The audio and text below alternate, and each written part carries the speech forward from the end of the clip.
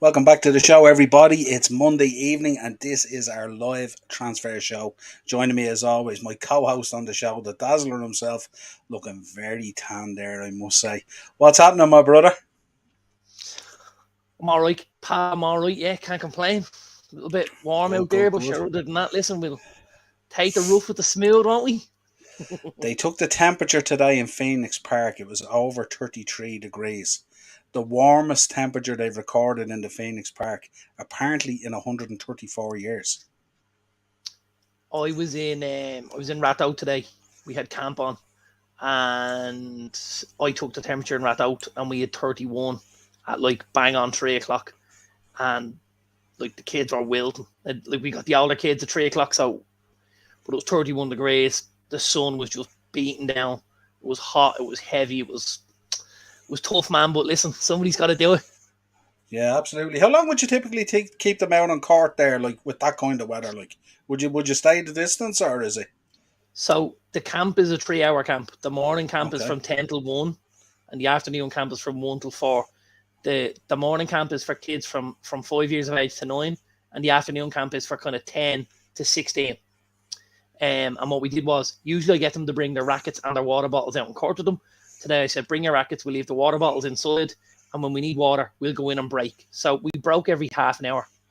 It's not too bad. Um, yeah, we broke every half an hour. We did an exercise, or we did a drill, or we did something we wanted to do. We went inside for 3 or 4 minutes, got them out of the sun, got some water, maybe got a bite to eat, whatever, and then got back out. And we were in and out a few times. Cool, yeah. Because as you know, we mind the dogs here, but Yeah, we yeah, can only literally let the dogs out for maybe 15, 20 minutes. Then we have to cycle them back in, and we have all the yeah. fans going and stuff like that. We found a Hillary apparently found a neat little trick today, just while we wait on some of the chat to load up and stuff like that. Apparently, if you freeze a bottle of water, in a large bottle of Diet Coke, freeze that bottle of water in your freezer, and if you Yeah, stand it in front of your fan, apparently while your fan is going, yeah, apparently it's like air conditioning. Apparently, just stand the yeah. frozen bottle I've in front of the seen fan. lads do it with ice cubes, and they hang them out of a bag, and it Yeah, like blows. Yeah, yeah. yeah, And now some of the kids today come in, and they had this lad, which is the Evian. yeah. This is the facial spray. So you just Oh, the cooling spray. Yeah. Oh, very cooling spray. nice. You just spray that in your Yeah, face. It's just water. And with a yeah. couple of kids had fans that they brought back from their holidays. And one kid in particular, she had been in Mexico at Easter, and she had an electric fan, like a double little click on the button, hold it in front, and it was lovely. I was like, geez, I could do that at home. But Yeah. yeah, no, it was tough, but yeah, listen, it's better than rain, isn't it? Put it that way. Yeah, we're not going to complain about the weather, but it's tough, Absolutely not. tough on the old dogs and stuff like that. I It's always have to tough on think the about L, them. yeah. The old dogs and the tennis coaches, they're the ones that get it worst. Absolutely. Well, anyway, we've plenty to talk about tonight. There's been a lot of stuff going on in the transfer window. I have to say, some good and some bad that I'm going to touch on. But we'll touch on the bad a little bit later because I seen something over the last day or two that absolutely disgusted me. I don't know whether you've seen it yourself. I'm sure you picked up on it. But we'll go through that a little bit later on. Let's Yeah, start yeah, it. Let's start with this man. Gets his move to Barcelona, goes off, has his medical over the last 2 days. I yeah. don't think there was any doubt he was going to pass his medical. The guy is No, I've seen seriously a fit. lot on social media today of him getting involved with stuff. I saw a video of him meeting his teammates at the hotel and stuff. And they Yeah, were having like dinner or lunch or something that, and he popped in, and it was all high fives and hugs and stuff.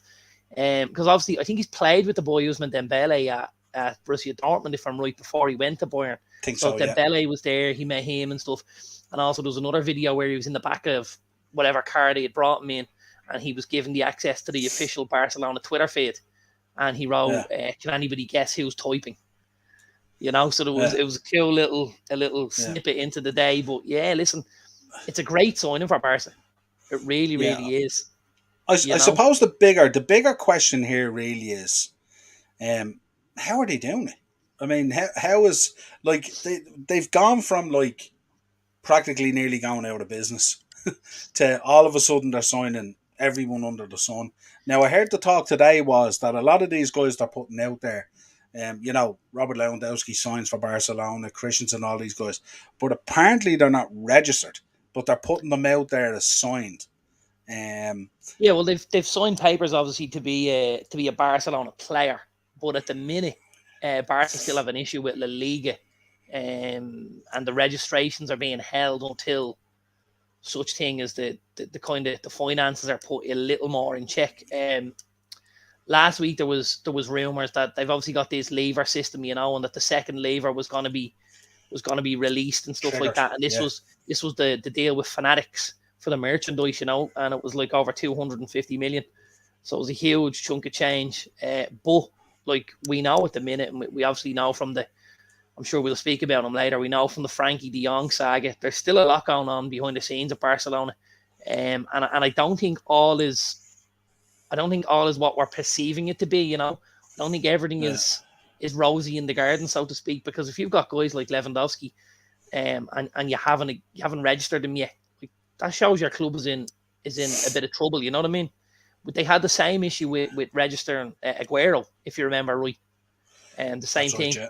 Signed him and then had to hold off on the registration and stuff like that. So it's getting messy for Barcelona. It really is, pardon the pun. Um, but it's probably messy to put him in this Mm. position, to be honest with you, and the extortionate wages he was being paid. Now, listen, many will argue he was good for what he was getting, but like he's bled the club dry to a degree as well. He really has. His wages were extortionate, his bonuses were extortionate, and Barcelona signed up for way too much than they could handle with the Messi deal. You know, Well, I suppose to be honest with what's been coming out in contracts over the last week or so, he wasn't on his own in terms of stupidity, in terms of contracts and stuff like that. And all, they've put out some real howlers over the last few years. That's kind of coming back to bite them now and stuff like that. I mean, we'll get on to talking about Frankie De Jong and stuff like that, but that's just one example. Like, you know what I mean? And I'm sure absolutely. there's a lot more with it. You know what I mean? Craig is in the comments there. Thanks for joining us tonight, Craig. Hey, Craig. Laporta gave all Laporta gave all PK all them mega deals over 20 years of age. Absolutely. Messi milked the club and Jordi Alba as well. Yeah, Yeah, absolutely, Craig. Spot on. Um, let's, I suppose, you don't see a situation there where some of these are, you know, called, here's another signing, but they don't all get registered. yeah. I think there's a possibility. All right. I think there's a possibility where there are registrations that they can't get over the line. I suppose they're trying to get, let's say, you'd call the bigger players, the mega transfers, over the line before the lesser ones. So I think, as far as I know, Kessie is registered. I think Yeah, Kessie got registered. I think himself and Christensen, didn't they? Yeah, I think they got the two boys registered. I think the next one will be Lewandowski. But I think the other guys that they're looking to maybe bring into the squad, the likes of Van Aspilicueta and the likes of a Marcus Alonso, they're the guys that are going to be made weight. Those smaller guys. Um, Yeah. but listen, it's still And, the and waters are, Rafinha. And Rafinha. and Rafinha as well. Yeah, Yeah. Rafinha as well. The waters are very murky around Barcelona at the minute. Like, there's a lot going on at that football club. You look at what's going on with De Jong, and listen, it's easy for me to say as a United fan and stuff like that, because obviously I do have a horse in this race. But I mean, the guy's gone to America. He's got no interest in going to America at all. Barca have dragged him on this to kind of prolong this, and to hope that he'll back down on what he's owed. I think the kid's going to sit it out if he has to. And I think eventually Barca are going to have to crack, but it's just when. Yeah, we'll get into it a little bit later anyway. Yeah. Craig's back again. He says they're trying to get PK off the books. I read somewhere the other day, dude, they owe PK somewhere in the region of 80 million or something like that. Something crazy like. I think the numbers being bandied about are, I don't think they're very, very reliable. And I think, again, when the ship is going down like that, it's easy for guys to jump on board and go, oh, well, this happened as well and that happened as well. And I know, no doubt the guy is out money, but 80 million's a chunk of change. Like, that would mean he was having his wages deferred for now on 4, 5, 6 seasons nearly. You know what I mean? Because that's the type of. It depends how much of a cut he took, though. If you're on 300 grand there and you've taken a cut of, say, half 150, that's 150 grand a week. That's 600 grand a month. You know what I Yeah, mean? that's still only 7.2 million a year. So he would have needed Yeah, to do that for 10 years before he'd be out at near 80 million. yeah, That's my point. yeah. Well, So I it's wonder. Well, see, that's why I'm talking about these contracts. I wonder is there deferred loyalty payments and bonuses and all yes, sorts of there's stuff as well. bonuses, there's image rights, there's all this stuff hidden in the background, and that's where it's going to be a a mire. I think eventually, and I think eventually somebody's going to have to get involved here. I don't know whether it's La Liga, I don't know whether it's UEFA, I don't know whether it's FIFA, but I don't think this can be allowed to keep rumbling on. At Barcelona, where they know Yeah. that they're buying players and they haven't got a registration readily available because of the financial issues. Like, I mean, it's wrong for them to be able to sign players and take guys like Lewandowski out of the market and then not be able to register them for any period of time, be it a week, a I, month, a day, a year. I would have thought La Liga being so tight with their rules because we know, like, Yeah, they have a card in most of these games as well. I would have yeah, thought they would have had a rule there that says you can't officially announce a signing until all the paperwork and the registration has gone through. I would have thought that's the case because I know sometimes, when we cover the deadline days and stuff like that, it's always so long as the paperwork is being faxed off to the yes, FA and yeah. everything is in order. Then you kind of you'll always know what's going on. But the actual announcement, where they parade you out and stuff like that, they've been parading these guys out like trophies, haven't they? Like, and it's just, I'm Yeah, but surprised the league they've is done it allowing with them to do it. Rafinha and Lewandowski, So it's they have. I think Craig makes a good fist at why it's happening. In his next comment, yeah. So basically, with Messi and Ronaldo having left the league, it's leaving them a little bit short for superstars or and they Yeah, probably thought they were going to have the likes of Kylian Mbappe there at yeah. Real He this was their summer. he was their race, wasn't he, for the He next was the five race. years We or know whatever La it was. Liga Yeah, got involved and we're yeah. talking to UEFA about financial fair play linked to PSG and stuff like that, which I thought was a bit rich, to be honest. Excuse me. But we know that that's because, they don't want their product to look like it's inferior to other products. That's why they're letting the likes of a Lewandowski and a Rafinha join up. Yeah, absolutely. Let's move on then from Barca for the moment. Let's talk about one Serge Gnabry, Yeah. who re-signed with Bayern Munich. And he was asked about re-signing with Bayern Munich, and he said basically about snubbing Chelsea. And he said he felt he had a better chance of success and winning things at Bayern Munich than he did at Chelsea, which is an interesting point. But he also made the point as well, his links with Arsenal um, wouldn't really allow him to go to Chelsea. And I kind of like that. Kind of like that little bit of loyalty that's there and stuff like that. It's because it's not normally in the market these days. So I was happy to hear that. What was your thoughts on this one? Um, Listen, I don't necessarily think he's snubbed Chelsea, so to speak. I think he's made the link with Arsenal, and he said, "Listen, I'm ex-Arsenal.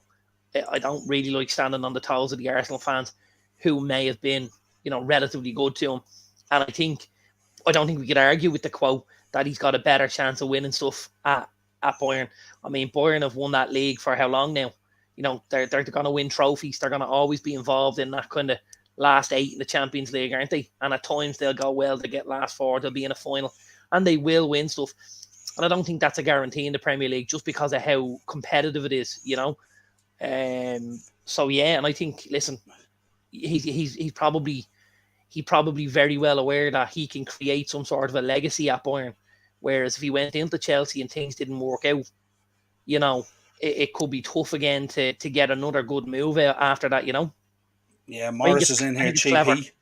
Yeah, Yeah, Morris is in here cheap. He done well under Pulis. Absolutely did well under Pulis. And has done well at Bayern as well. I suppose it must be a mouth-watering very well at opportunity Bayern. as well, knowing that Robert Lewandowski's moving on. So he'd have Yeah, himself and Mane there.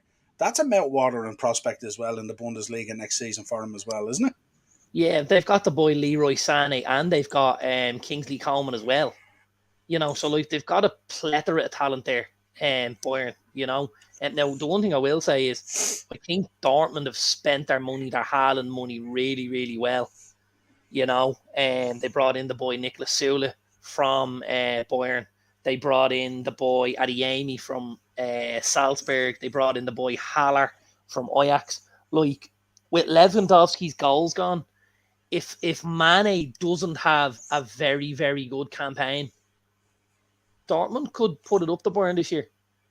They could, Yeah, absolutely. and that's even with an 80 million Matthias de Ligt to come in the door. Yeah, Morris there says he thinks he was sending the failures out for a return. Absolutely. Morris, question for you: would you have taken him back? That's the question. Would you have taken him back in there? That's not even a question. He'd have fucking taken your hand off him. Yeah, I think so. He'd have taken your Um, hand off him. I'd have taken your hand off to have him at United, by the way.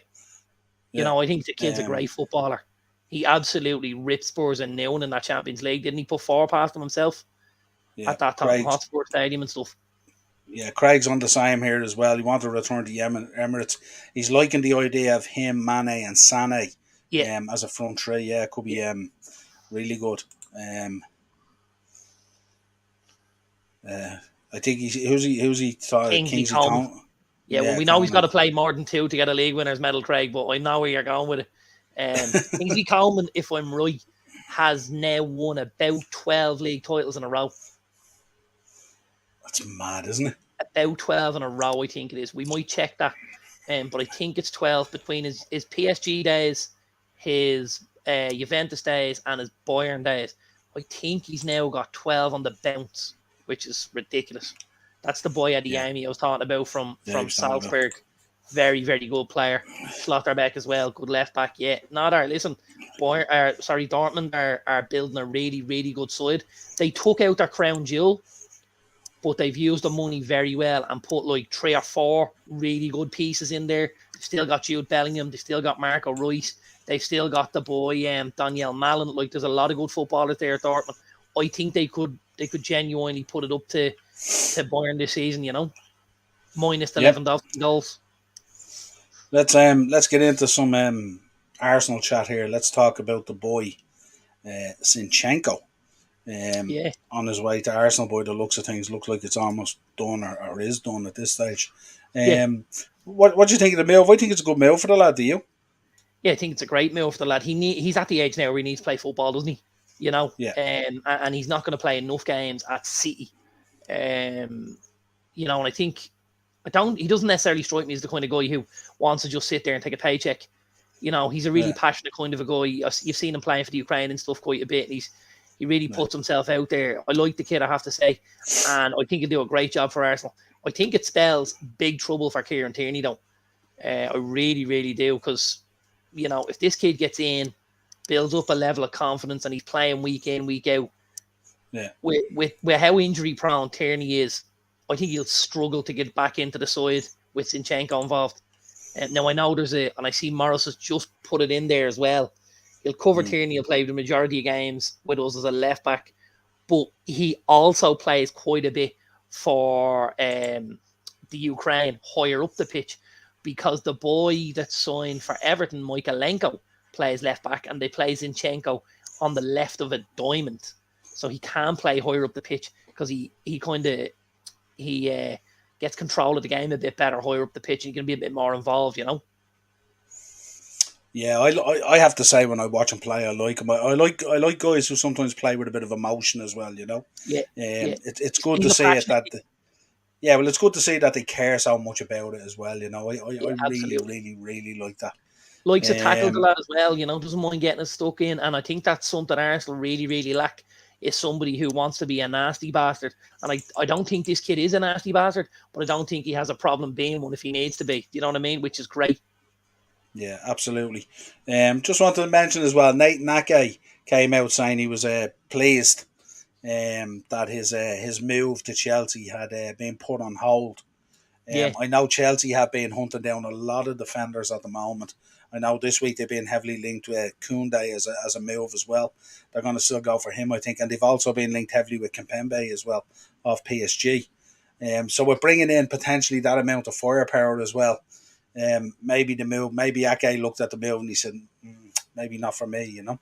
I think it's partly to do with Zinchenko leaving. I think if Aki had gotten out the door before Zinchenko wouldn't have been allowed to leave. But I think because, and I know this has happened previously at happened previously at West Ham. There was a couple of goalkeepers at West Ham that we know, and 2 of them went to the chairman and said, "Listen, I want out," and they were told whoever can get the move first can leave. And an Irish international, I believe, left and went to Middlesbrough quite quickly. They had a great Yeah, campaign under them and came back and sat at number 3 again this season, behind yeah, Areola and Fabianski. yeah. Morris is making the point that Cucurella's door is wide open now. Yeah, well, listen, this is I it. think it would have been wide open anyway. Do you? Yeah, well, I mean, listen, they're obviously going to offset the fees and stuff like that. Yeah, Zinchenko leaves 30 million. They probably pop another 12 to 15 on top of that, and for 45 they get the boy Cucurella out, who for me is a better player than Zinchenko. I do like the boy Zinchenko. I think he's good, but I think the boy Cucurella's got a lot of class about him. I think Pep could make him into a serious footballer. yeah. Craig is making the point as well. They should go for Skriniar. I think Well, everyone wants to go for yeah, Skriniar, I don't think. they? Well, yeah, well, I think it looks like PSG are gonna get the deal done, aren't they? Yeah, I it's think looking that way, all right. PSG are in the driver's seat for that, and the only reason he's being let leave Inter is because they're tying up a deal for the boy Gelson Bremer, who's the Brazilian centre back who's at Torino at the minute. So it looks like Inter are gonna fork out about 40 to 45 for him, and they're gonna try and recoup most of that for Skriniar. So it'll be 1 in, 1 out for them. So hang on there 1 second. I just want to let the mascot out. He wants to go out and get a bit of air. So I'll just let him out. Craig, that's a great point. Myself and Darren raised that point. Last week about Brighton. That with the players that they're moving out, they're key players as well, and it'll be interesting to see what Potter does in the market, and how he copes this season. They're 2 really big players for Brighton, I have to say. But I'm I'm actually now I may be proved wrong on this, but I actually think it's not a bad opening game of the season for the United at home to have Brighton. Obviously minus maybe a Cucurella, maybe minus an Yves Bissouma, still with some issues at the top of the pitch. Maybe that they need a couple of strikers in and stuff like that. I don't think it's a terrible time for us to get Brighton on the first day, if I'm honest. yeah, Craig saying they could potentially lose Potter. I don't think so. Do you? I think he has he's a good relationship there and stuff like that and all. The only reason they'd lose Potter is if a bigger job came up to him that he wanted to take. I think he's very much in that Sean Dyche mode with Burnley, isn't he? Well, I think he's probably got a little bit more about him than Sean Dyche, and I also think he's probably got a little more goals and aspirations than a Sean Dyche. But I don't think Potter would be happy to see the likes of Bissouma and a Cucurella leave and them not be replaced. So I think Brighton do need to maybe open the wallet a little bit and go, listen, you've done a great job with us. We're going to back you. There's 50, 60 million. Pick yourself up a left back. Pick yourself up a new midfielder. And then maybe pick yourself up a striker or something like that, Yeah, absolutely. Sorry, just before you go on, the boy who's gonna more than likely, and this is why I think Bissouma was allowed leave. So United were looking at this kid, Caicedo, who he's an Ecuadorian international. Apparently, Antonio Valencia, another Ecuadorian international, put United onto this kid, Caicedo, central midfielder. Very, very similar in the Yves Bissouma mode.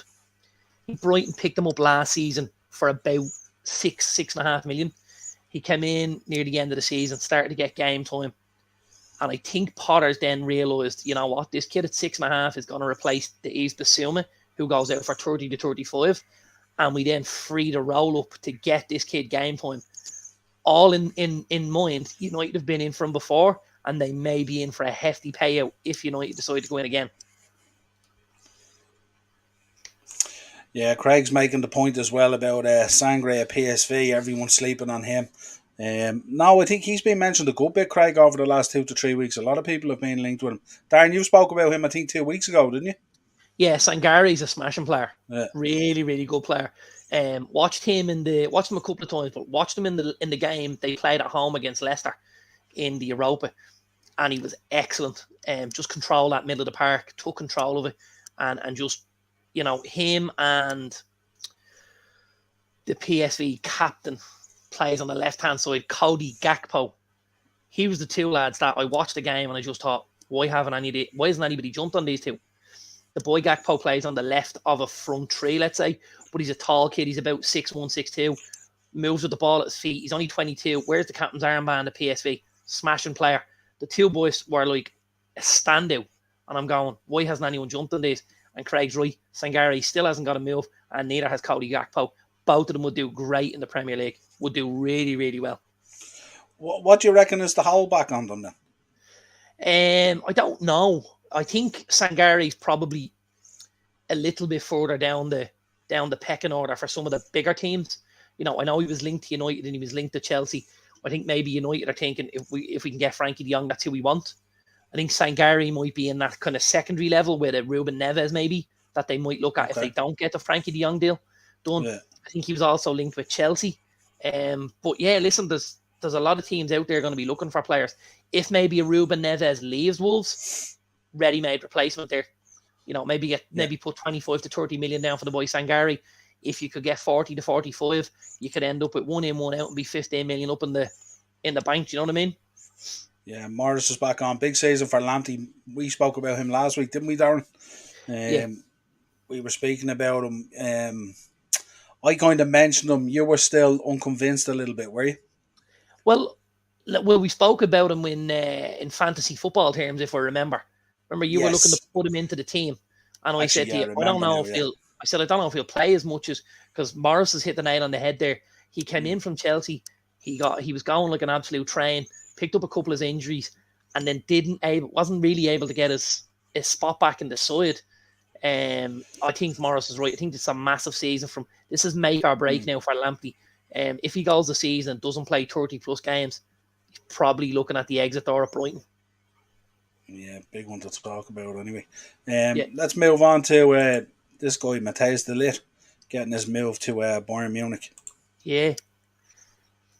Yeah, I think it's a great move for the lad. How do you feel about Bayern Munich? Were you expecting Bayern Munich to shell out this kind of cash? Was this expected?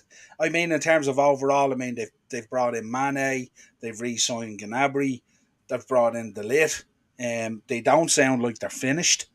I mean, was this expected, you reckon, or? Not necessarily expected, but I think sometimes what happens is, and I think Liverpool did this really, really well with the boy Diaz. I think maybe others around them got interested in Matthijs de Ligt, and they saw that there was a possibility that the kid was available.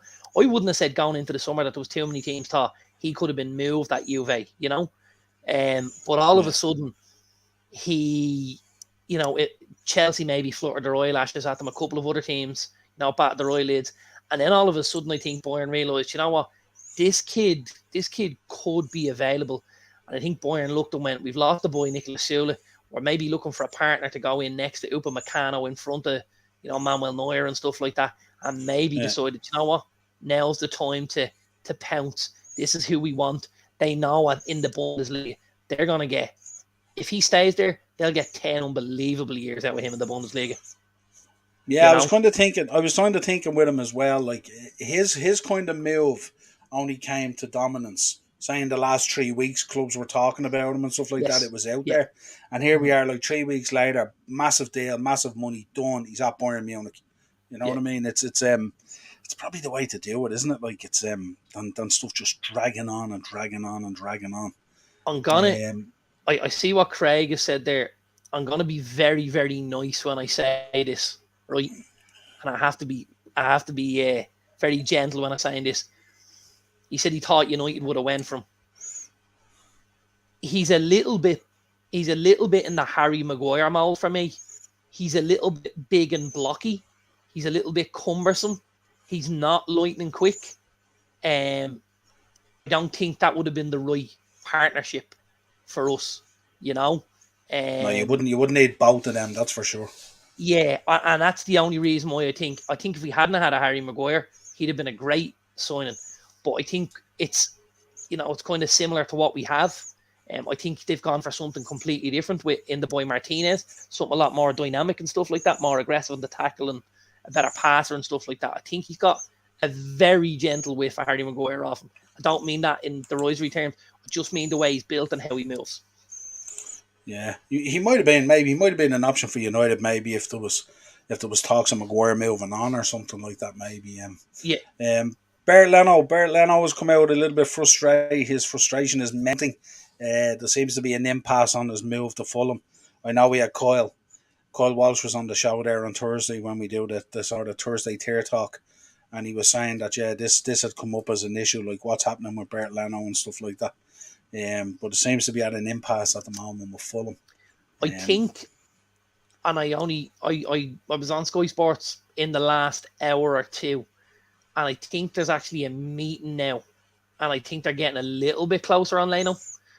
yeah, They've just managed to stitch up the boy Kevin and Babu from Wolfsburg, and I think now Leno seems to be next on their list. And Babu is a much cheaper option than a Neco Williams, because I think they're going to pay about 6 or 7 million from as a right back rather than the 17 to 22 that Liverpool got for Neco Williams. yeah. So let me catch up with some of the comments here. Yeah, Craig, I absolutely. think positioning and intelligence, he's very strong, but yeah, I get you, man. This is Matthias de Ligt, and he's Yeah, talking about Martinez as well, can screen the back four also. yeah, Absolutely. I think he's going to be a really, really good signing, and I liked his post the other day about being the butcher of Amsterdam, and he's happy to crawl over dead bodies to do his job and stuff like that. I like that bit of guile in a guy. yeah. Morris back on again about Leno. If only Leno was as good as he thinks he is. Um, what's your thoughts on Leno? His biggest problem is he's German, and they've all got that sort of air of arrogance about them and that superiority complex. So I absolutely get where Morris is going with it. You know, and if you look at what Ramsdale has done since he's come into Arsenal, we didn't necessarily think that was the area that needed to be looked at straight away last summer when Arteta came in, obviously, and stuff like that, and we're spending money. And we saw the boy Ramsdale, and we're going, Jesus Christ, man, that's a huge outlay on a kid that may not play lots of games if Leno can I often keep I him at often bay. say how wrong we were. How wrong we Absolutely, and were. Ramsdale's been unbelievable, and I think now it's time to cash in on Leno before the value dwindles anymore. If they leave it longer, they'll get nothing out of him, and I think they paid a decent bit of money from it originally, so they'll want some payback out of it, won't they? Yeah, Morris reckons just get what you can from him, get it done. Yeah, Not a bad shout at all. Craig's back again, full up getting Manor Solomon. yeah, Baller from Shakhtar Donetsk, skills for fun, very direct and a goal threat. they are, Um, but he can't be registered until the 1st of August because there's an issue with FIFA and the Ukrainian players with the registration date because of the league. So he can't. The deal is done, and ideally, I think Fulham would like him in now, but they can't register until the 1st, which means he probably won't be ready for the opening day of the season. You might have to wait a week or two to see him. But he is a very, very good player, as Craig is saying. Very great direct, shout, Craig. and yeah, loves a step over, likes a little Cruyff turn and stuff like that, and ping them in from all angles. Nothing like the Premier League, that sort of messing out. Listen, Arteta's fault for selling Martinez to Villa. Yeah, we said at the time as well that was we had two views on this. One, we were going, well, what is Arsenal actually doing? And the yeah, second one was, what a capture for Aston Villa. yeah, it's a great signing for Villa. I think Martinez has been unbelievable for them. But Yeah, I think, I could see why they let him go. Because I mean, if you're gonna have a backup, if you're having, if they've looked at it and they've gone, we want to get the boy Ramsdale. He's the idea. Maybe we want to go young. We want to go English. We want to do something like that. If that's the way we're going, you don't keep a Martinez and a Bernd Leno. And if someone puts £20 million on the table for you, you take their hand off for Martinez, and then you ship Leno out at a later stage, maybe for 10, get 30 for the pair, and it's almost paid for your Ramsdale. Do you know what I mean? it's great when we're on these shows, don't they? Like the honours Matt's in us. We can make this business look very easy, but in reality, it just doesn't work that way. Yeah, just ship this guy out here, put this guy here, hold on to Yeah, this guy to keep the yeah, value. We'll just move these two around, and before you know it, it's all good. And then someone says, feck off, no one wants him, and he's on 300 grand a week, and you go, damn. yeah, yeah. Yeah, absolutely. What did you make? There was an announcement today. I'll get into Ronaldo earlier, who was linked with Atletico Madrid, which I think is a weird one, but we'll talk about it anyway in a minute. But Chelsea confirmed Tom Glick coming in as president of business, replacing Marina. What do you think? That's a good move. He's the ex-Man City guy, isn't he? So Bowley, he's bringing in quality, really, even in backroom stuff as well, ain't he? Yeah, I think there's two ways to look at this. Um, there's two ways to look at it. So one way is he's done great business getting him in the door, replacing Marina. The other way to look at it is if he was that good, would City let him go in the first place? I don't know. I'm just putting it out there into the periphery, No, right? no, If and there was yeah, if yeah, there yeah. was ever if there was ever a man that you needed to create a corner shop to generate 40 million turnover in revenue and stuff like that, he's probably your man, isn't he? Well, I mean, like what they did with the City Academy and stuff like that, the way they pull guys in and the way they're able to, like the boy Lavia has just left the City Academy, pretty much hasn't played a game for City, albeit a couple of minutes in League Cups are here and there, and they've got about 25 million for him from Southampton. Now, there's teams in that league can't get 25 million for guys that have got 20, 30 goals a season. So City are able to do things at times, which is, it's astounding. Look what they've done with Bazunu as well. They've got a great deal there. Another kid come through the academy, let's say. Obviously, they brought him out for Shamrock Rovers and stuff. But City seem to be doing something very, very right in that academy system. And I think maybe Bowley's looked at that and gone, you know what? We have an awful lot of academy graduates. We have an awful lot of kids that we've put money into at an early age that could could generate generate serious money. exactly, Yeah, absolutely. absolutely spot on. Yeah. Let's talk about Ronaldo. Heavy links today with Ronaldo to Atletico Madrid. Um, Today on things that won't happen. yeah, that was when I heard this, I was going, "This is absolute nonsense." Because Ribble. first of all, I wouldn't see him going there in terms of his legacy with the other side of the pond there. And two, I can't imagine Cristiano Ronaldo wanting to suddenly become the Joe Felix, Luis Suarez Carrera of this Well, operation again. and you know what? That's exactly what I was going to ask, because obviously we had this conversation before it entailed Ronaldo. Yeah, And you mentioned, the way Simeone, and we can use the word, the way he spoiled some of these footballers, the Correas and the Suarez's and the João Felix and the Anton Griezmann's. He's stifled their creativity, yeah, with work ethic and with defensive, from the front and stuff like that. And he has it, like, if you look at somebody like a Klopp, yeah, who wants his forward players to be busy and to be active and to defend from the front, but they do it in a different style. They're pressing in order to take the ball and score. Whereas I think in a Simeone team, they're pressing so the others don't get any closer to the goal and can score. yeah. I can kind of And it's imagine him done in in the a dressing different room. way. Yeah, I can Yeah, imagine him in the dressing room and he's huddling Correa, Luis Suarez, and João Felix and Anton Griezmann. And he's going, "Now, lads, 2 banks of 4 today, right? 2 banks of 4, don't give yeah, the ball away." And these 4 lads are looking at him going, "What are you talking about? You've probably yeah. And got he's 4 of the most skillful players here in the world, and you want us to become the second line of defence." I don't mind defending when teams are on the break and try and break stuff up, but my goal is here is to get forward and put the ball in the back of the net. And these guys are looking at him going, absolutely. "It's like he doesn't even want me to score." Yeah, absolutely. He's stifling creativity. Oh, I just have to say, and listen, I've had a bit of a thing in my hat for Diego Simeone for a long time, obviously because I'm a massive David Beckham fan, and he obviously got David his marching orders that night in Saint Etienne. But to think he's the highest paid coach in world football is fucking laughable. Absolutely laughable, I have to say. I think he's achieved great stuff with Atletico. He's nicked league titles from Real and Barca. He's done well with them in the Champions League and stuff like that. But his style of football is absolutely abysmal. It's Jose Mourinho esque. It's so poor. Like, as an Atletico fan, I have to say, I wouldn't be rushing to the stadium on a Saturday afternoon to watch that show. yeah, And maybe we made the point to Kyle last Thursday. Remember when he said he liked Simeone in for Arsenal, and I yeah, was saying whatever bit of hair you have left, you'd be pulling it out if Simeone was managing at Arsenal. It'd be absolutely. absolutely. Can you imagine Simeone managing Martinelli, Smith Rowe, Saka, and Jesus? Good Lord! Imagine stifling that youth. Imagine stifling those guys can't go out and express themselves. Lads, 2 banks of 4 and don't give the ball away. Yeah, Yeah. It'd be terrible, Yeah, no, it's. terrible. I think Uh, Craig's hit the nail then. Down the uh, front line, don't go past the halfway line.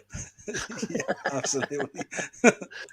And it's 100%. There's your tactics for Yeah, if there's it's 38 games a season. I don't know what the league is if it's 38 games a season, but if it's 38 games a season, that there is at least 70% of games. There's no doubt about it. yeah, Um, it's yeah, it's oh, very poor.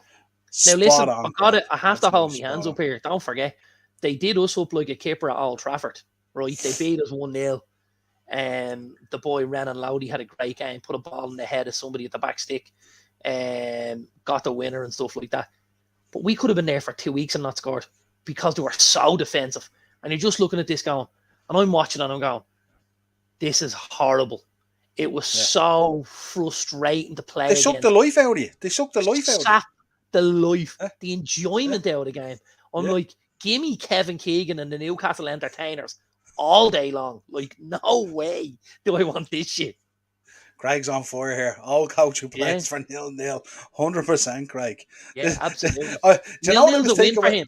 Yeah, yeah, Do you know what 100%. I? Do you know what I was thinking when Coyle said to me last Thursday on the show and he was talking about Simeone? I was thinking you might go invincible again, but it could be 38 draws. Yeah, it'd Horrible, bring horrible. it test that all Arsenal adage, wouldn't it? 1-0 to the Arsenal, Jeez, I tell you, absolutely. huh?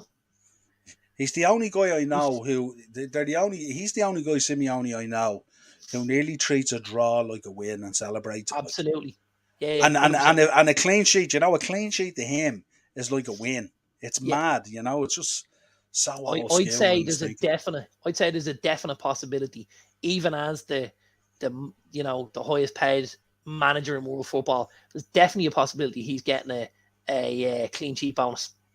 Definitely, Yeah, like yeah, that's how yeah, invested in it he is. yeah. Or else he's getting a kicker off the keeper and the defense's bonuses or something like Something that. he's taking a Whatever chunk it out is, of there's somewhere. something going on. Don't know if you picked up on this story, did you? The Crystal Palace signing Czech Decore. Yep. There's talk at the moment he's being blackmailed with a double identity claim from a Right. journalist. I think a journalist, a coach, and one other person. There's three of them involved anyway, I read today. But they're trying to blackmail him, apparently on the basis of a double identity claim. I didn't read much into it now, but I just thought I'd raise it. I Um, actually saw the transfer, but I had seen nothing about what you're speaking about, actually. yeah, apparently this So, came out today. right, I didn't see any of it. But listen, again, we have to be very careful how we speak about these things. Um, a lad like that who's come off the continent of Africa, we know what the legislation and the rules. They're one of the most relaxed country in the world for things like this. Only last week, Sir Mo Farah came out and said, actually, I was an illegal immigrant when I came into the country and I came in on false documents. So this isn't something we'll be shocked about, let's be honest. And that's not Yeah. we're not putting it out there that all these guys are doing stuff like that, but we know it's plausible, let's say. Yeah, Morris says that's wild news. Yeah, it was just claimed today. I picked it up as a story today, and I just thought it'd be definitely worth putting out there because we've seen some stuff in the past. Craig's Martins comes to mind. Yeah. I can't believe Morris said he'd have Simeone over Arteta any day. I'm shocked as well as that. And Morris loves his football. Loves his football. Morris, I'm telling you, you'd be tearing your hair out, honestly. And you think, and here's a good one for you. You think Arteta falls out with players? Why do they have a pop off Simeone and see players falling out with players? Wanted to mention this guy who's like a fine wine. DiMarzio today reported that Zlatan Ibrahimovic has signed another 1 year contract with Milan, 40 years of age. And do you know what I took out of this today? It's very, he's unbelievable, But you know what I Yeah, took out of it?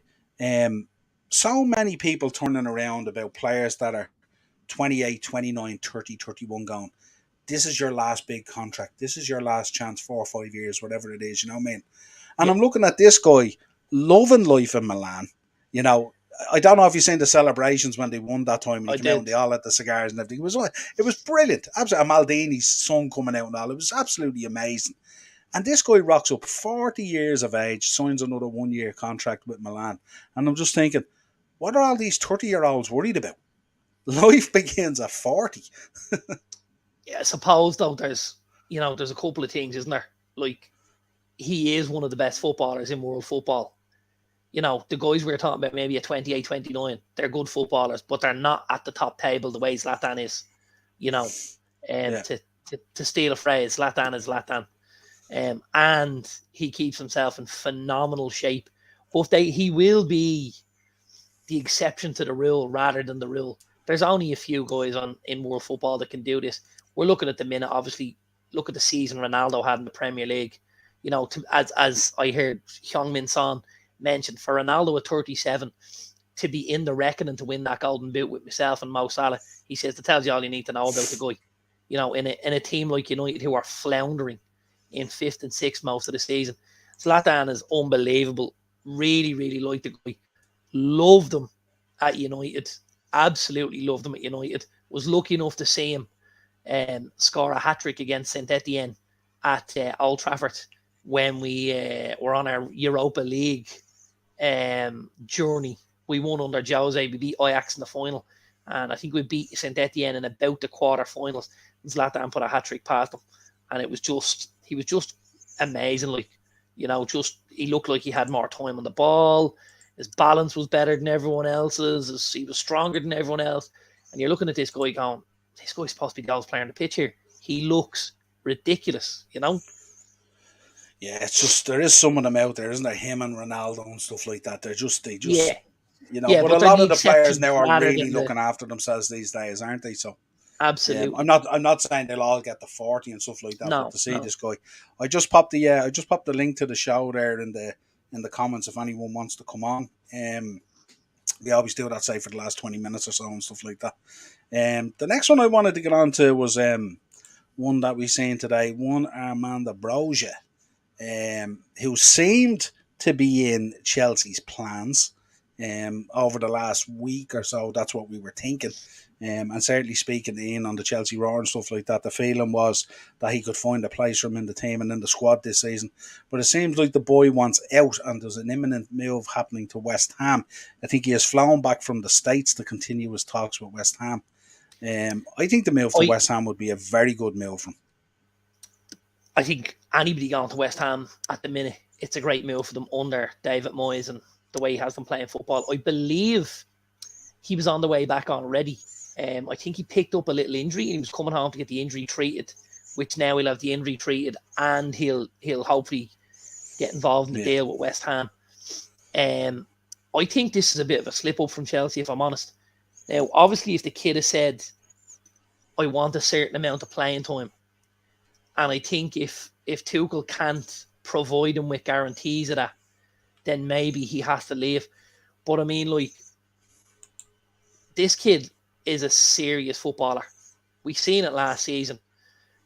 He's an absolute powerhouse up front. He glides with the ball at his feet. He runs the channels really well. He holds the ball up well. He plays well with his back to goal. He plays well bearing down on goal. He does an awful lot of things I would look for from a number 9. He did an awful lot more last season at a poor Southampton side than one Romelu Lukaku did in a Chelsea jersey. So I think this is a bit of a boo-boo. Now, I believe at the minute, the deal is obviously West Ham have money down on the table, but I believe part of the negotiations is about a buyback option Buyback option, yeah. and a sell-on clause. So Chelsea Okay. probably still think that this kid's gonna make a name for himself, and maybe in 18 months' time, they might decide, that kid down the road that we had here is ready now to go into our team. Maybe we have a space available for a guy who's proved himself a little more in the league. Maybe Tuchel's seen a bit, but he hasn't seen enough, and he's saying, I need you to play some more games and stuff like that. Or I'll get you games, but I'll only get you games in the EFL or the Carabao and stuff like that. Yeah, and rather than sit there and do that, and rather than go out on loan again, maybe he wanted something a bit more foundation, something a bit more solid. So he says, "Listen, Absolutely. put me out and sell me there, but if you want, put a buyback in there or a sell-on clause or whatever you want to do. But Yeah. release me so I don't feel I'm just going to be this guy rebounding out of there on loan all the time. So yeah, I think it's a good shout actually. He's a really good player. He's huge potential as He's a well, and smashing player. he's a I monster would, as well. in a heartbeat, have him at Old Trafford. In a heartbeat. Yeah. Yeah, You and know, certainly, really, and really would. certainly in your team, he would give you a lot of options up front, wouldn't he?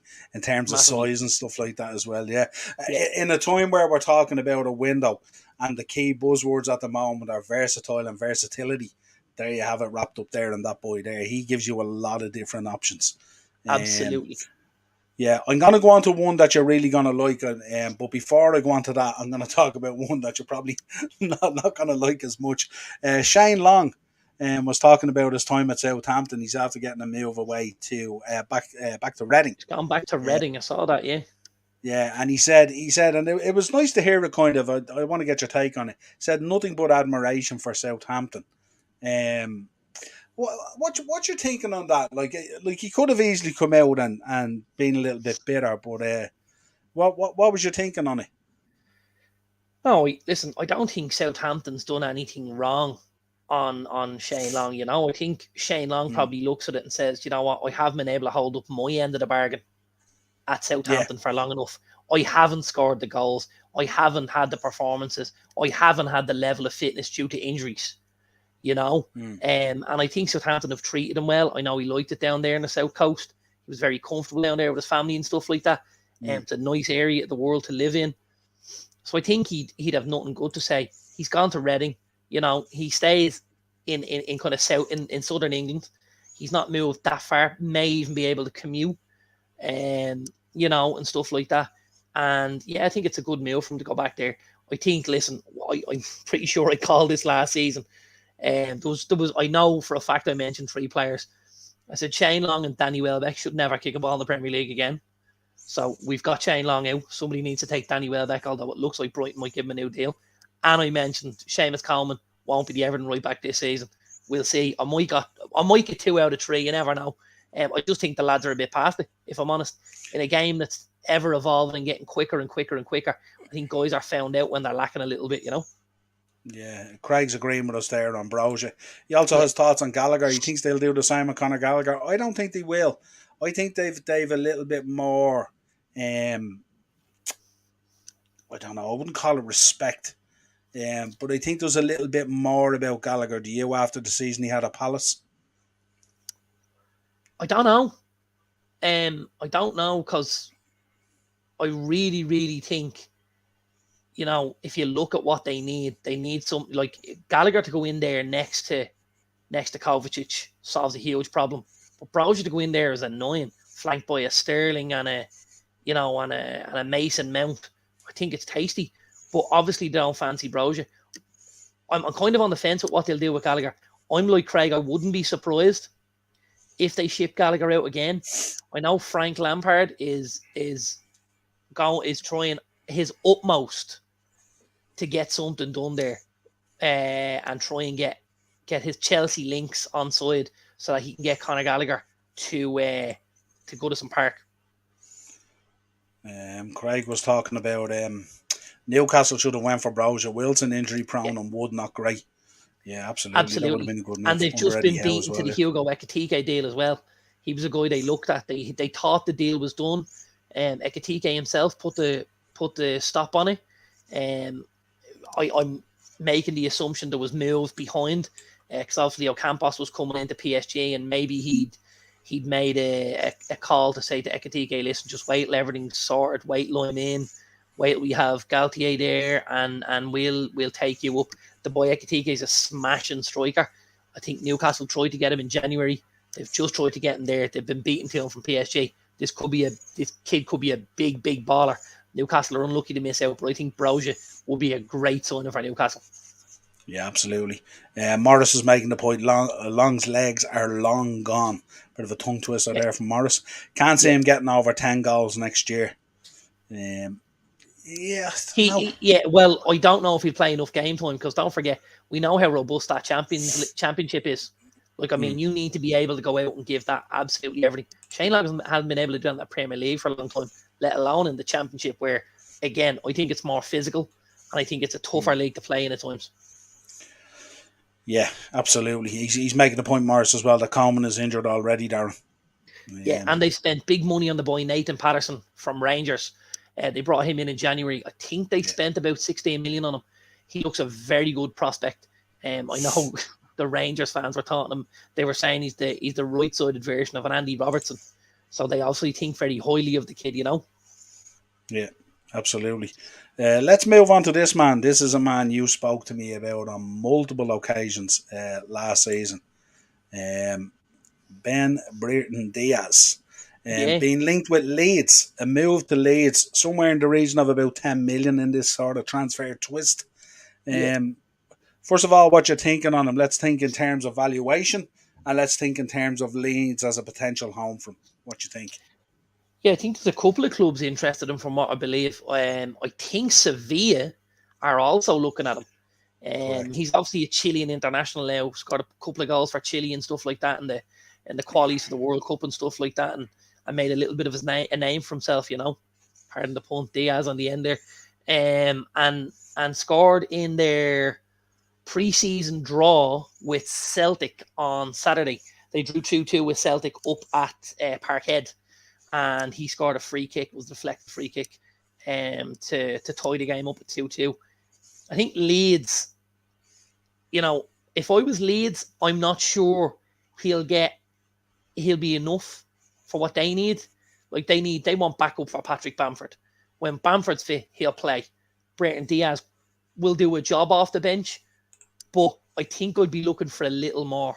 Like if you look at somebody very, very similar to him, the boy Armstrong that went from Blackburn to Southampton, Yeah. yeah, and has barely had a kick at Mm. Southampton, been very, very poor at Southampton. He came up from Blackburn from that sort of a level. And I don't know whether Brereton Diaz will be enough for Leeds. I would be surprised, or sorry, I should say, I wouldn't be surprised if he goes to Leeds. You end up seeing being loaned back to the Championship in January. Wow, there's a big call. It's a big call. Yeah, so I was thinking with the move to Leeds, to if you link him up with Bamford, and I know Bamford, there's still injuries there and stuff like that, but they're going to be heavily reliant on him. They're going to need serious games out of Bamford next season and returns, aren't they? Yeah, Um, absolutely. They won't play two through the middle. Jesse Marsh won't go and play two. He's going to stack that midfield. He's brought a lot into that Leeds midfield. You know, Tyler Adams, the guy Brendan Aronson, the boy Mark Roca from Bayern Munich. So that Leeds midfield, obviously to replace a lot of what's left with Calvin Phillips. There's a lot of steel gone into that midfield. There's a lot of legs gone into that midfield, but they now need goals. Now they will. The one thing I will say is they've made a great signing in the boy Sinistera from Feyenoord. Louis Sinistera, Colombian international, did very, very well on the way to the semi-finals in the Europa Conference. Smashing footballer, really smashing footballer, and he'll get them goals. He'll get them lots of goals from a wide position, but they still need a nine. Do you know? yeah, I was talking to Lauren's boyfriend Paul. He's a big Leeds fan on the way to work today, and he was telling Yeah. me that there's talk of Jack Harrison moving on as well. Can't Talk that remember where he said it was going to. Yeah, yeah. Newcastle are very, very interested in talking about a 30 million deal. Mm. I think that'd be good business for Leeds, if I'm honest. I think if somebody um I think somebody offered me 30 million for a Jack Harrison, I think I'd let him go all day long. And that's less than they played for the boys Sinistera, and that's who Mm. Craig's talking about there now. Yeah, absolutely. Um, let's finish up with one that I wanted to speak about. It. This is one I don't think you have in front of you, but I felt I needed to talk about this. This is what I was on about earlier. Uh-huh. The bad side of this. Um, Omari Hutchinson Yeah. is after moving from Arsenal to Chelsea. Chelsea was his boyhood club.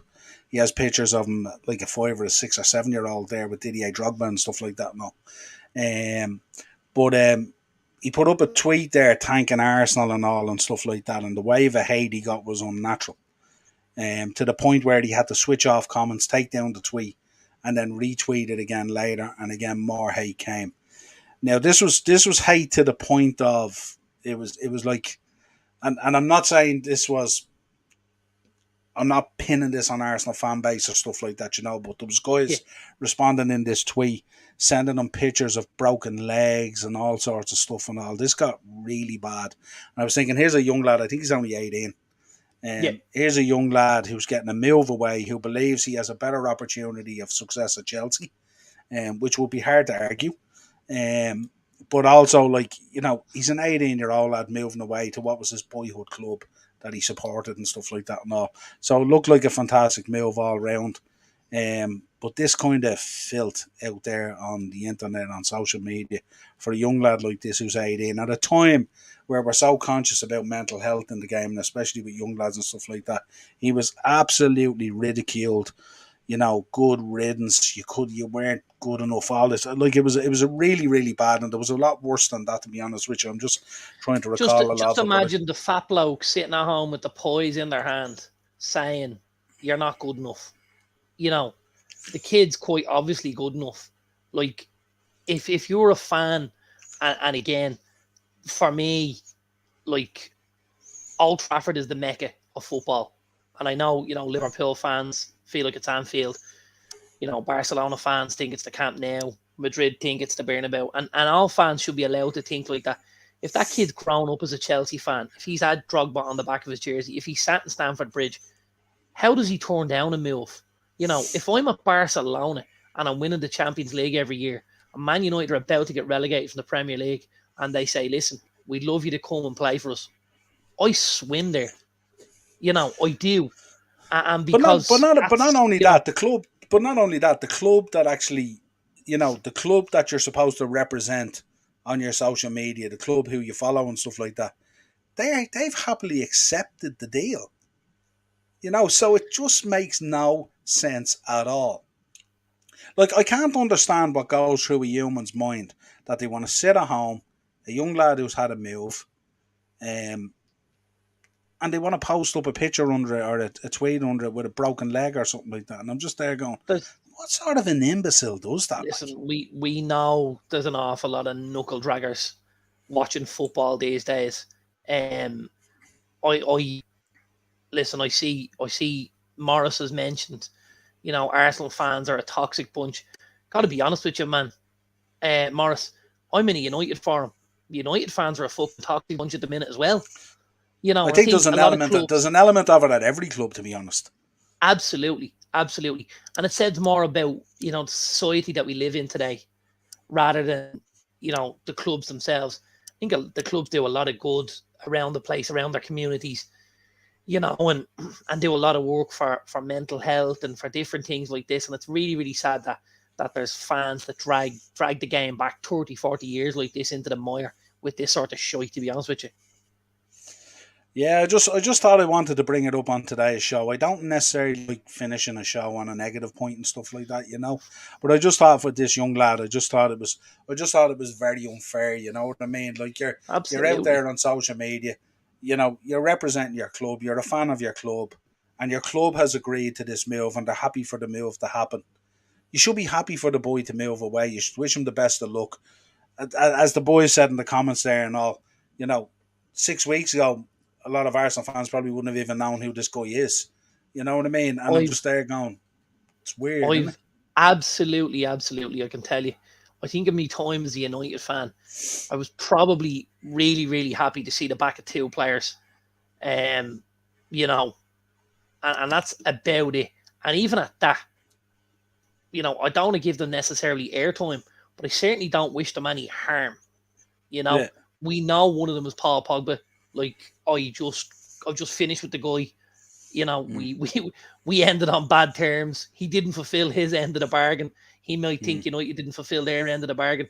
I think if you put as much into putting a shift in out there in the pitch to do your haircuts, we go a different way. And the other guy was Angel Di Maria, because I just think he was a little rat. But again, I certainly don't wish the guy any harm, any ill. I don't want him to. I don't want him to go out on the first day of the season and someone to break his leg. That's not. I don't think that's in me as a human necessarily. You know. yeah, I mean, this is probably where I'm coming from with it. I'm trying to figure out what goes through someone's mind to sit in front of a computer, download a picture of a broken leg, and then post it to a tweet of an 18-year-old who's basically moving from one academy to another. Like this is not a move that's going to cost Arsenal a top four or a top six spot. This is not a move that's going to Absolutely stop not. Arsenal winning a domestic cup this season or potentially, challenging for a league title or a Europa League or whatever it is.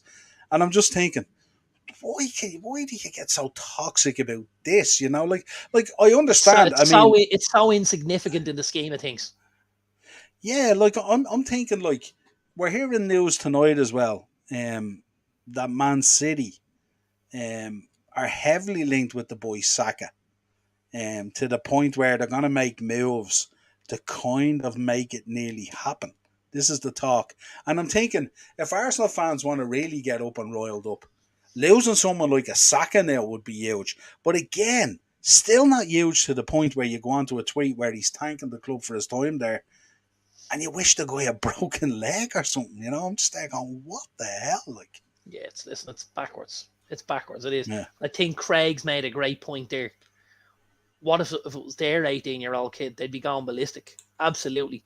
But I think, with a lot of these guys that are writing these tweets, they're still sleeping in their mother's basements and stuff like that, Craig. So they don't necessarily have kids or have partners or had enough Rohypnol in their pocket to get the ride and stuff like that. So, I wouldn't even worry about them. Yeah. Could be, you could hit the nail on the head there. It could be a result of some sexual frustration or something like Do that. you know what I mean? Like, It could be part of it. Look at that 18-year-old moving to Chelsea to destroy our season. I hope yeah. he breaks his leg.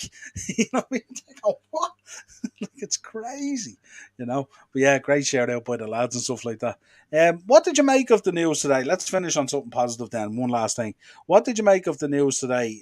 Saka being heavily linked with a move away. Arsenal aren't going to give this boy up easy, are they? What you They thinking? shouldn't. They absolutely shouldn't. I love this kid. Could you Really, see it really love him. happening? What did I say? Money talks. Yeah, and he has been stalling on his deal, hasn't he? Has been stalling on the deal. I mean, let's just go through a hypothetical situation here. Pep Guardiola picks up the phone, calls you, Bakoya, how are you? Pep, how are you doing? Listen, that deal you're stalling on, keep stalling.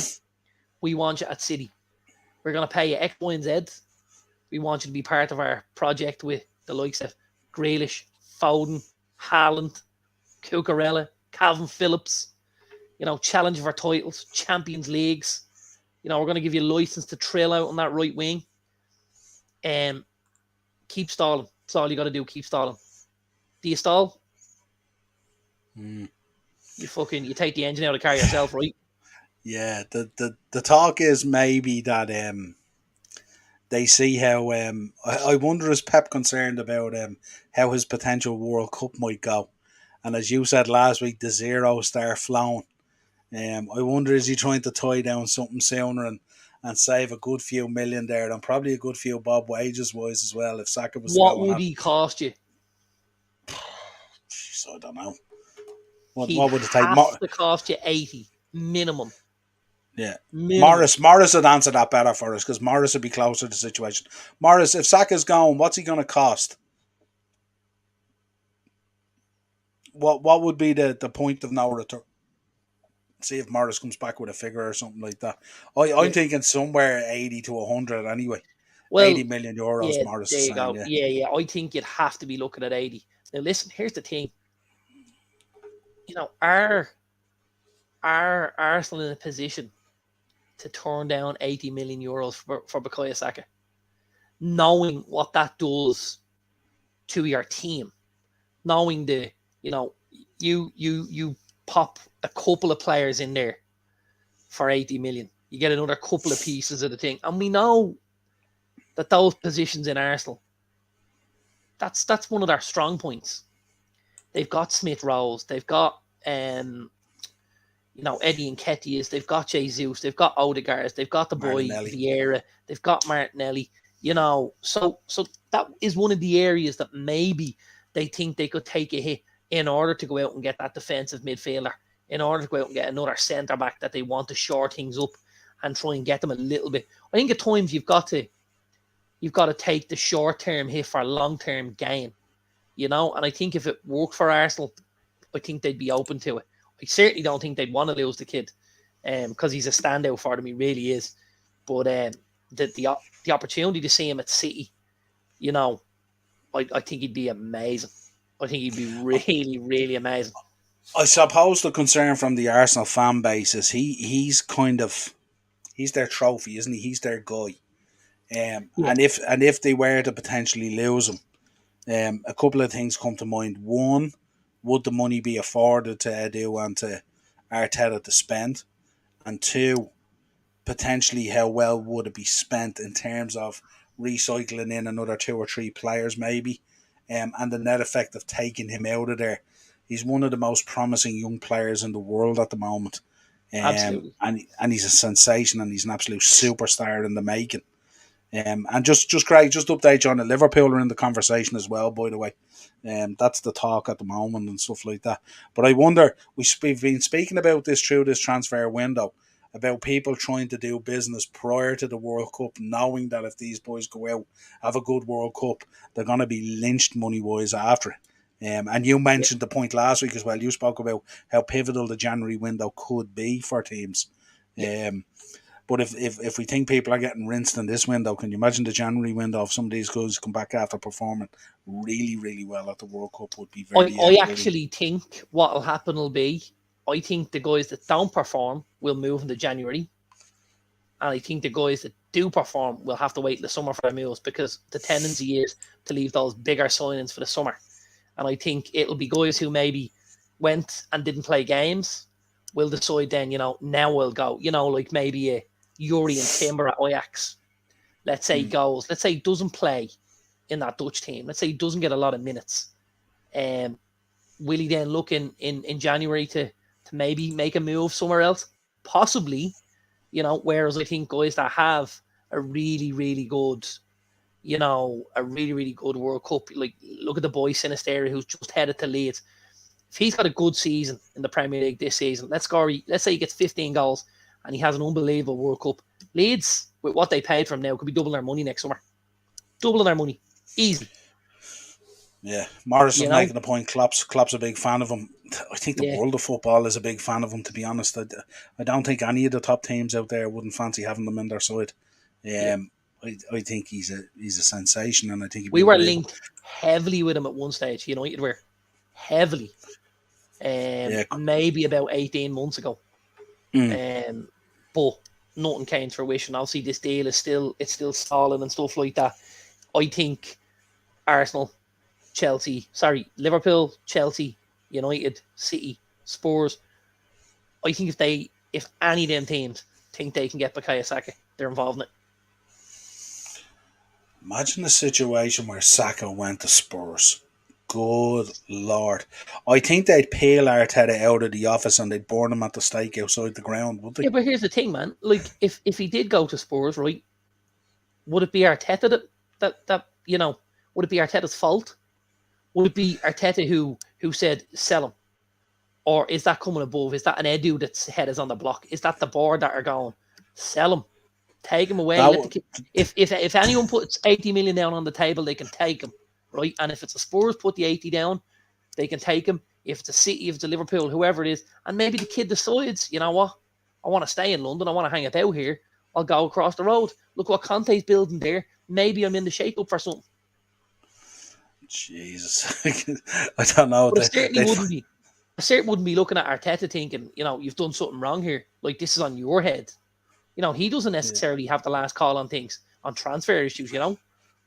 Yeah, have Ox back, Craig says. Craig, listen, I've been talking about trying to get Ox out the door. Now he's injured again. It's just You've disaster. got more chance of Ox heading back to Southampton than you do Arsenal. Could end up being an option. Morris is of the point it won't happen. I presume he's talking about a switch in the North London derby, I would imagine. Spurs have some squad Levy. Craig's back in. Sorry, Yeah, Spurs have some squad Levy back. Back to Conte. Top top coach. They're coach. defo in Definitely in contention for contention. winning stuff. Yeah, Absolutely. I think if anyone's going to deliver silverware there, it's going to be Conte. I think if he can't get it done, they may forget about it and just ride it off, because I think they're backing him to the hilt and stuff like that, and he's creating a serious vision in terms of that jigsaw that he's putting together. You know Great. what? Here, I'll give you a shout, right? If Spurs can't win a trophy under Conte, they'd be better off. They'd be better off merging with Arsenal. Oh Jesus. You're great. I thought Morris was going to be most of the heelish stuff tonight. You're They'd be dipping in better there off now, if big time. Spurs can't win something with the squad they have now, and with Antonio Conte there, right? They'd be better off picking up the phone to the boys at the Emirates and going, listen, we can't get it done. You can't get it done. Let's put the whole fucking shooting match together and let's try and get it done as one. Safer bet. For our pro wrestling listeners out there, this is Darren becoming Mr. Fuji. He's walking out with demolition and leaving with the powers of absolutely pain. not. No. This is like, listen, because there's only so long the fans are going to go around here and support this, and support the fact that, we're happy to run with mediocrity, and that's what Arsenal have become. Yeah, Morris making the point, never a better chance of winning a trophy. Absolutely. Never 100%. a better chance. Yeah. I suppose if they hadn't sacked Jose, he might have been able to do something in the League Cup that time. But and again, people are going to think I'm going heel. I 110% think Spurs will be the highest placed London club in the league this season. 110%. And I don't even think it's a conversation at the minute. Like, I don't even think you can make a conversation for Arsenal or Chelsea at the minute. Chelsea, that squad is very, very unbalanced. There's an awful lot of questions about it, Yeah, I suppose it's very difficult to judge it at the moment, isn't it? Because we still have maybe 2 to 3 weeks before the season starts, and then on top of that, then we've another 3 weeks before the window ends. And Todd B seems to be flying around the world doing deals anyway. He seems to be making things happen. We've about 6 weeks till the window closes. Yeah. But in that time, like, Chelsea need 3 or 4. They need 3 or 4. They really do. They're capable of doing it, though. Aren't they capable of doing it? I don't know. Like, listen, they got Sterling, and they got the boy Koulibaly, but I don't necessarily think, like, I don't think Koulibaly was the target. I think they got to Koulibaly on the list. I think obviously the boy Koundé was the first option. I think that's I think that's been the case on a lot of their targets, hasn't it? I mean, they were heavily linked with Dembele, and then Sterling happened. So I don't necessarily think they were linked with the late, and Koulibaly happened. And Todd is getting deals done, but is he getting the deals done that Tuchel wants done? He's getting deals done. He's only done 2 deals. United apparently had a really, really bad window. We've still brought 3 in to strengthen. Do you know what I mean? I think Chelsea have a lot to do. I really, really do. I think they're 3 or 4 missing at the minute. Let's finish out with one last thing then. Martinez coming in, I think, is a really, really good sign. And again, we talk about versatility and stuff like that. And I really did like that bit of guile and bite in his post. But let's talk about Frankie De Jong. What's your feeling on it at the moment? Do you still think it gets pushed through? Yeah, I think so. I do think so. Obviously, the longer it goes, the longer it goes, the less likely you kind of feel like it becomes. But for now, I'm certainly not panicked. Like, there's 6 weeks to go. Ten Hag apparently has told Murta and Arnold, if he's not in for the 7th, don't worry about it. We can wait once you can get him done for the close of the window. And that's something I said all along. If it's a certain kind of a player you want, and I know a lot of United fans have said, look, like, if De Jong's not happening, go and get this fella and go and get this fella. And there was 2 names mentioned quite a few times on the United forum. If we can't get De Jong, go and get Neves or go and get Tielemans. Fine. I'm a fan of both of the 2 players. But they're very, very different footballers than Frankie De Jong.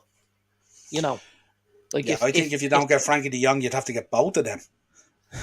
Well, like it's not like for like, and Yeah. if Ten Hag has told De Jong, I want you to come in and be the conductor of the orchestra. Don't necessarily think he tells that to Ruben Neves. He's a very, very different type of footballer. Yeah. He's a far more aggressive footballer. Technically, Mm. he's not as good as De Jong. He doesn't move as well with the ball. He doesn't necessarily pick the passes that a De Jong would pick and stuff like that. He's not able to play that quarterback position. He's an engine. He'll work. He'll tackle. He'll fight. We know he likes a 30-yarder. Like, I've got Scott McTominay for that now. He does the exact same thing for me, personally. Now, I Mm. am not in any stretch of the imagination saying McTominay is as good as Neves, but they're cut from a similar cloth. They're guys that like to get on the front foot, guys that want to be kind of powerful, strong, aggressive. They're not intellectual footballers. They're not technically gifted footballers. They're lads that want to have a smash from 30 yards and hope it's the back of the net. And if it doesn't, it might take the nameplate off the roof. Yeah. Yeah. So I can't see either of the boys taking the De Jong spot. And I think if they don't get him in this window, I think we end up going back again, be it in January or be it next summer, and trying to do it. Because, if that's the piece of the puzzle he wants, he's not going to be happy until he gets it right. Yeah, similar to what Klopp did with Van Dijk and everything and all. You wait a season or you wait a half a season or you sign him up and you loan him back or whatever it is he had to do. We did it with Keita and we did it with Van Dijk. We waited to get the guy that we wanted. I'm just thinking I'd be fearful of how toxic it might get if you open up the first month of the season with Max Sauce or McFred as your midfield. The I don't know, your forum that you're on would be very interesting, wouldn't it? Yeah, listen, there's way too much heat for the two boys. Like, it's fucking scandalous. Like, it really is. For two lads that put shifts in, I have a much, much bigger problem with the likes of a Pogba, who has oodles of talent and won't put a shift in, than the likes of Fred or McTominay, who quite clearly don't have the talent of a Pogba, but will put twice the shift in that he's willing to put in. We'll get down and dirty. We'll work their socks off. We'll try and drag fellas along with them, I think the guys are too good pros. They're too good role models. I'm not saying they're up there as what you would call United players. I think you'd probably have them in the squad, but maybe not in the starting 11 if you wanted to win a title. But listen, we've won.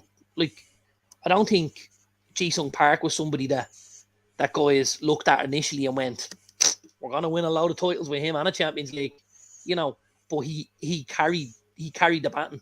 He did jive marked Andrea Pirlo out of a game of football. Pirlo said every time he turned around, this guy was standing on him. He was like, what is this? And he marked him out of the game and allowed others around him to do the job. And sometimes that's what good players can do, They can allow other players affect the game through their work rate, Yeah, would you agree with Morris there? Two boys are scapegoated at times. Yeah, Absolutely. 100%. Yeah, because Yeah. and United fans have this fixation about that, centre midfield, because we've had Brian Robson, because we had Paul Scholes, because we've had Roy Keane. United fans think we should have the best of the best in there. We should have unbelievable central midfielders, and it just doesn't always happen like that. You'll always at times, certain areas of the pitch will be stronger than others. And you'll go through, where you've got maybe two or three really good right backs. Now, we don't at that stage. We've got three really bad right backs. But you'll go through periods where you've got players that are really good. Like at the minute, look, what have we got? We've probably got, Ericsson, Van de Beek, and Bruno. You got three lads who want to play maybe as a number 10. Like, that's a plethora of talent in there, in that position. They all can't play it. Morris says, give me McTominay and Simeone any day. I think McTominay's, I really do. I think he takes so much heat. It's scary, for a lad. He posted something on Twitter or Instagram a few weeks ago where he just done a workout, late night workout was the tagline. and he was Yeah. showing off the abs and the condition he was in, ready to go back, And the United fans absolutely tortured him. Like, tortured him. I'm going, does he play for the wrong team or something? Like, is he a Liverpool player? Are we coming at this guy because he plays with a bleeding liver bird in his chest? No, he doesn't. He wears our jersey and we're shitting all over him. And he's come from the academy and cost us fucking buttons. And you're having a pop at him, lads. Get a fucking grip, will you? And I'd Jesus say Christ. 90% of the hate was coming from guys who potentially don't have abs. A fucking hell of a lot of them. Yeah, Just putting it out yeah, there. absolutely. Yeah. I'm listening to this Morris's love in for Simeone. I'm beginning to believe. I wonder, maybe me and you need to have an intervention of an episode with Morris to justify Simeone at Arsenal. That's the third or fourth time Morris has mentioned McTominay. Not tonight, but in previous weeks. He's obviously a fan. He would do a smashing job in there in that Arsenal midfield. I'd have him over Granit Xhaka every day of the week and twice on a Sunday. Oh, like, I don't know, that lad steals a living.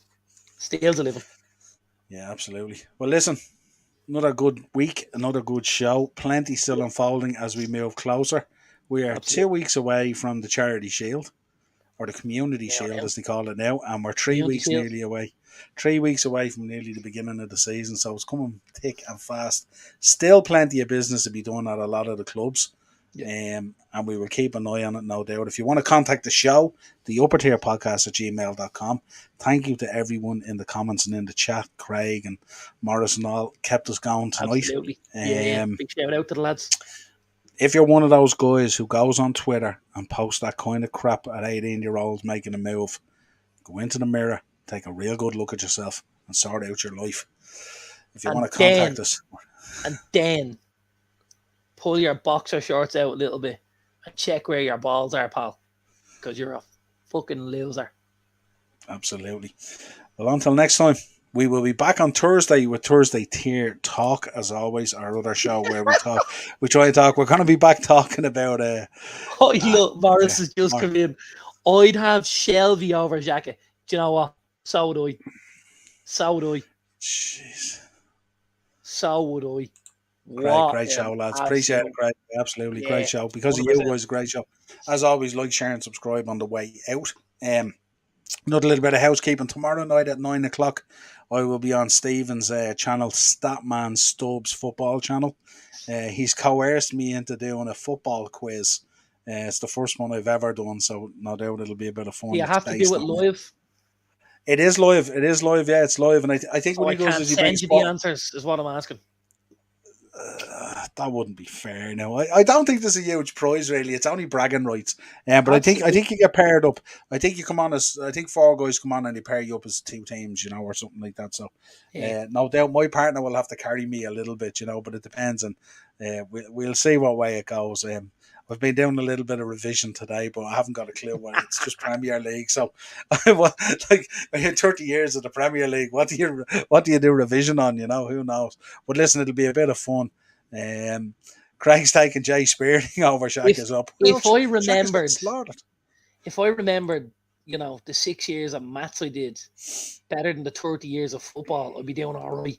The 30 years of football are still fresh as daisy in there, man. I'm telling you. I'm not joking.